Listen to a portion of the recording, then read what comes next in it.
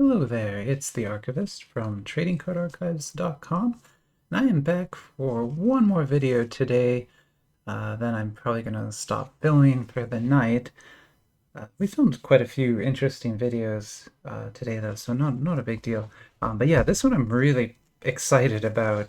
This product probably looks completely uh, impenetrable to you. Like there's no English on this at all. There's very, oh, I guess there's actually a little bit of English here. It says actual product may differ slightly from photos and illustrations shown. So there you go. A little bit of English on here. But primarily this is a very Chinese product. This is by Kayou though, so the same company that brings us Marvel Hero Battle and the TF-01, 02 Transformers sets, the My Little Pony sets. It's very much a mainstream manufacturer, but this is not a mainstream product. So what is this? Well, let's get started, and I'll try to talk about it as I go. This is another historical, classical literature trading card set, which seems strange. Like in the West, it would be, it's hard for me to really come up with an analogy for this, but imagine if Topps, alongside their baseball cards and their what they make Star Wars cards and things. Imagine if alongside those they had a Moby Dick trading card set or a Jane Austen trading card set. The kind of literature we're talking about here and with the Journey to the West set we looked at earlier are in that category. Like the books that we're talking about here are as important to history and as important to the study of literature as anything that Jane Austen wrote, anything, Moby Dick, any of those like really classic novels that we read in the West. Well, in the East, it's different. Journey to the West, which again is not Journey to like America, it's like Journey to the West side of China. That is one of the most famous literature works in China. But this one is also very famous. And so what is it called? Okay, so up here it's the characters are in a different order, but it's basically like Red Chamber Dream or something. Red Chamber Dream, right? So that's red. Yeah, anyway. So it's Dream of the Red Chamber is one way to translate the title of this book. Another way is The Story of the Stone. And in fact, you probably see that translation more often in the West, The Story of the Stone. It hasn't been made into as many films and TV shows as Journey to the West has been. There's a Korean drama and a Chinese drama show based on this, but they're very impenetrable. Again, it's not something you would be able to sit down and watch as a Westerner and understand. It's like very much ingrained in Chinese culture. Again, think like Jane Austen, right? Like those are books set in sort of Victoria era England, and we understand that historical context because we learn about it in school and things, right? And so when we look at that book or watch one of the shows or movies based on it, we can sort of conceive of what that time period was like to us because we learned about it in school. Now imagine this. Imagine you're a foreign exchange student from, oh, I don't know, let's just say somewhere in South America, maybe Peru or something, right? And so you've learned a lot about ancient Inca civilizations and things, but you've learned nothing about ancient Western civilizations like the Victoria era England. Like, you know very little about that, right? And so if you come to America, your culture shock of just dealing with Americans is already like through the roof. And then you're trying to like understand this specialized fictional period of history, right? It's going to be impossible for you to get that, right? That's kind of what this is like. Like you could, as a Westerner, you can approach and understand modern Chinese culture. It's pretty easy to grasp. I mean, it's different, but it's possible to understand it, right? but now you're talking about 1700s Chinese culture. That's where this book was written and set.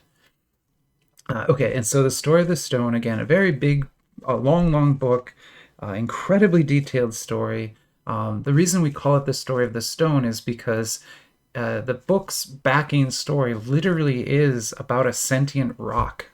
So a rock that could think. Again, in like the Buddhist, Taoist traditions, that's not that strange. To the West, that's a very strange concept. But there's a sentient rock, and it asks the Buddha to allow it to reincarnate so it can experience what it's like to be a human.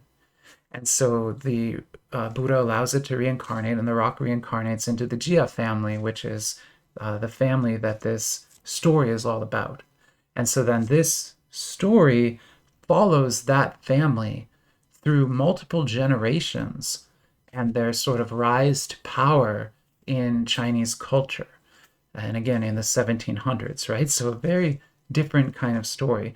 But very much like if you're interested in the Three Kingdoms time period at all, this story is sort of the like the primary story of that time period. Like it's the main piece of literature that came out of that time period.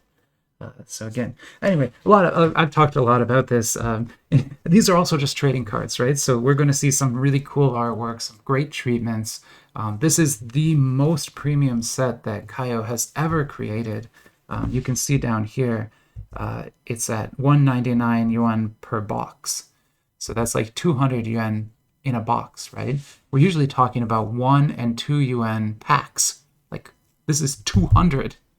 So this one box is the equivalent price of 200 1 yuan packs or 100 2 yuan packs, right? That's sort of what we're dealing with premium wise here. It's also the biggest box I've ever seen. And I'll show you what I mean by that. So this is sort of a standard premium trading card box. It's JoJo's Bizarre Adventure big blue box, I call it. Big blue box, right? It's big. This is the same size as the Star Wars box and all those. And you can see how much bigger this one is, right? It's massively huge. Like it's so much bigger than any other box we've seen. All right, so the surface here is a very matte surface. There is some texture work in the form of sort of a spiral refraction. You can kind of see it here. That's the texture that's on the surface of the box. Otherwise, it's matte finish, not shiny. I mean, these are shiny, but the main box isn't shiny. And then you've got just some basic art on the edges. And then if we move to the back here, I can start to try to help you understand what all this means. And let's start with that poem at the top. And so what I'll do right now is I'll pause here and I'll get a translation for that poem together, and we'll talk about that. And never mind. Yeah, so I can kind of translate a little bit of that. It's pretty much like a kind of like a byline for the book, sort of. It talks about, you know, like thousands of ridiculous words, a handful of tears. That's kind of what this is. But it's not something you could directly translate. So I can't understand. I mean, I can't understand this. I tried, I can't understand it. I would have to sit here and really pick it apart to understand it. That's the author's name, though, here, and then this just says the poem is self-titled.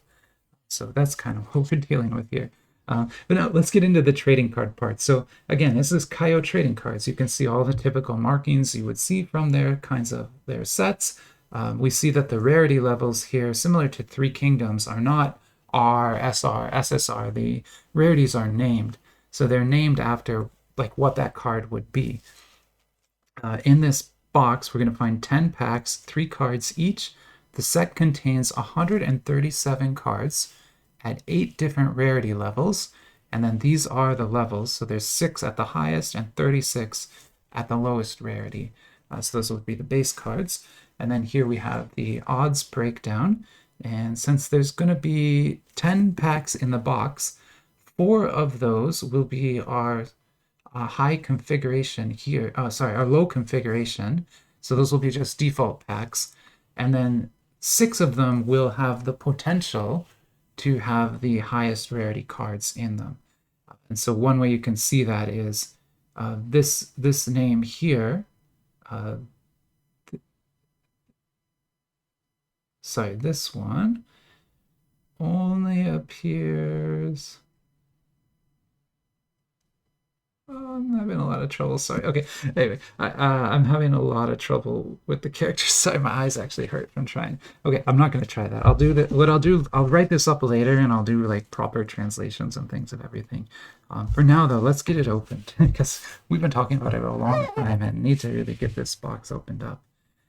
And so, again, this is a super premium product, right? From Kayou, one of the top producers of trading cards in China. So we're looking here at probably, you know, like a custom designed. This is all custom. I've never seen a box quite like this before. It doesn't have any artwork, just gold, but gold would be a very traditional color for China. So that isn't really weird to have that as being the color here. And I always remove the trays, so I always like to do that. And we can kind of see here that this tray is actually just a standard tray with a nice piece of matte cardboard kind of glued to the top of it.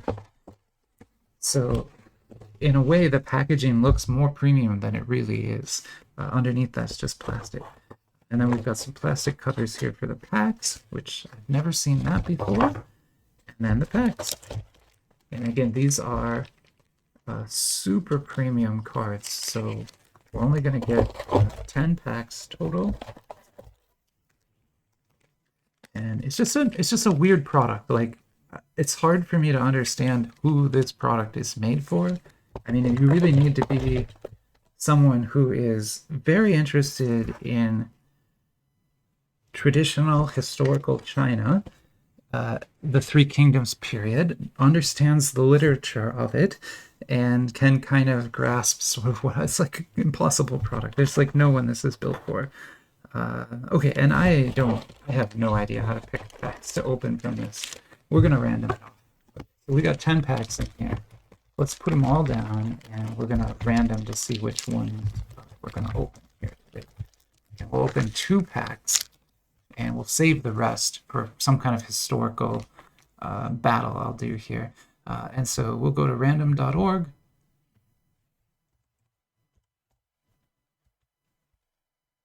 And we'll set up the dice to be a 10-sided dice, 1 through 10. And what we'll do is we'll roll it 3 times, and we'll take the 3rd result, and then we'll lower the dice and take the 4th result. So our first roll is 2, but we're going to throw that away.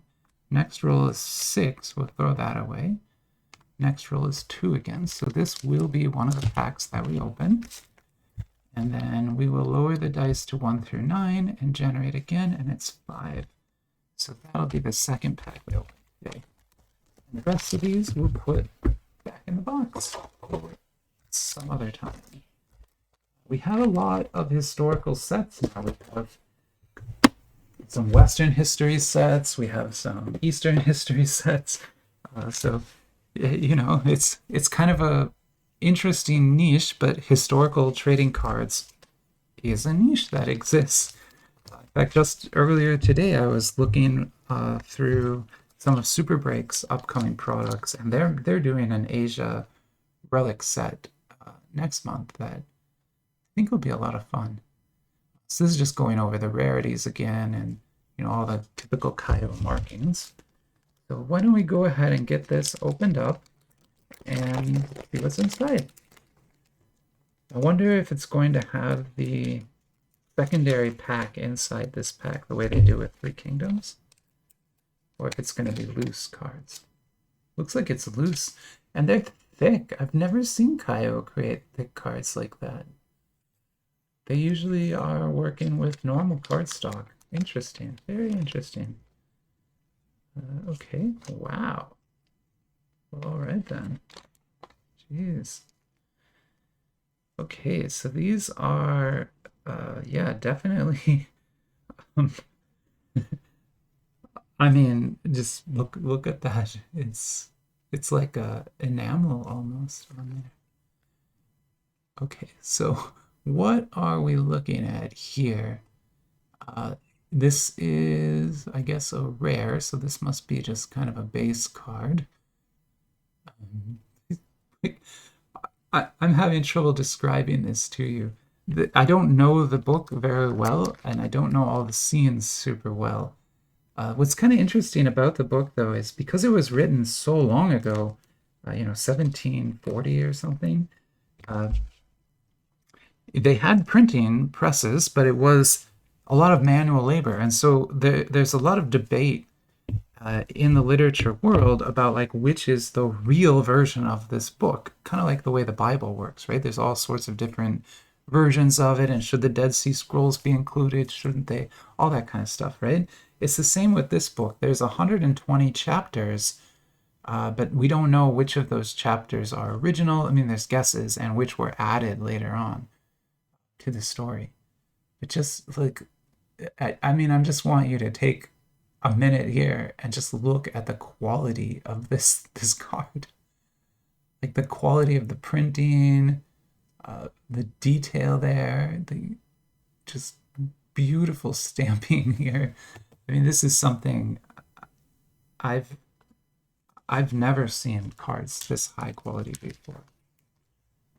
Like, like these are very much art quality things, like museum quality stuff here. Okay, so let's see. This might be something a little different, maybe? Oh, so they are using standard, this SSR, so they are using standard ones. It's just the naming is different on the package. So this texture in the back is intricate. You can see all the sort of curves here, and it's not even it's not like a circle. It's like a whale-shaped curve kind of coming through there.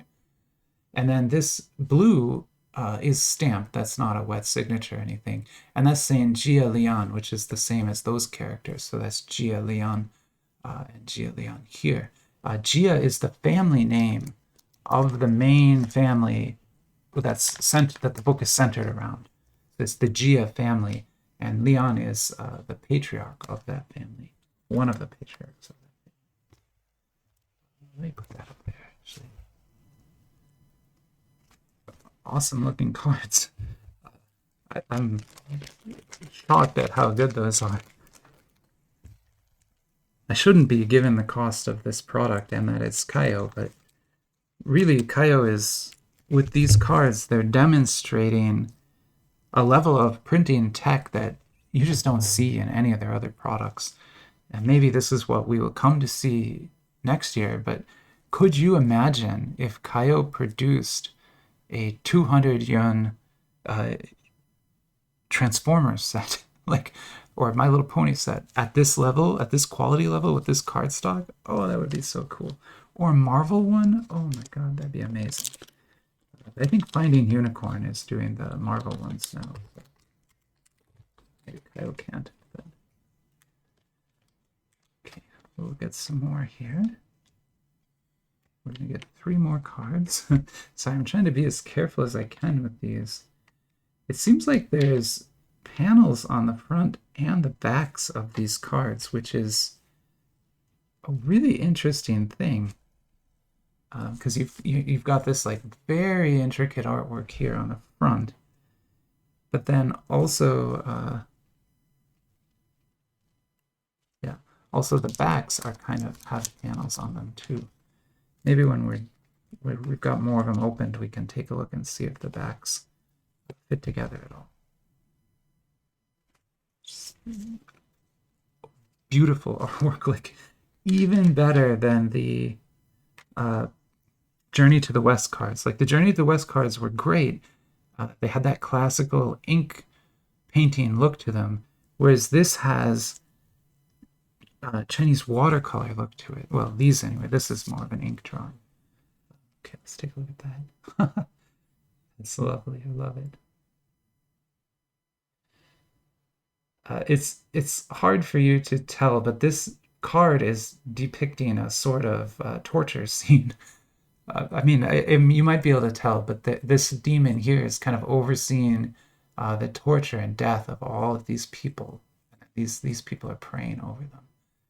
So yes, the book is, like I said, I haven't read it in a very long time, and I don't remember all the details, and I don't even know if I read the right version or good translation or anything. So yeah, there's a lot. There's a lot I don't know about this set, and still, it's very cool to look at. Now check this out.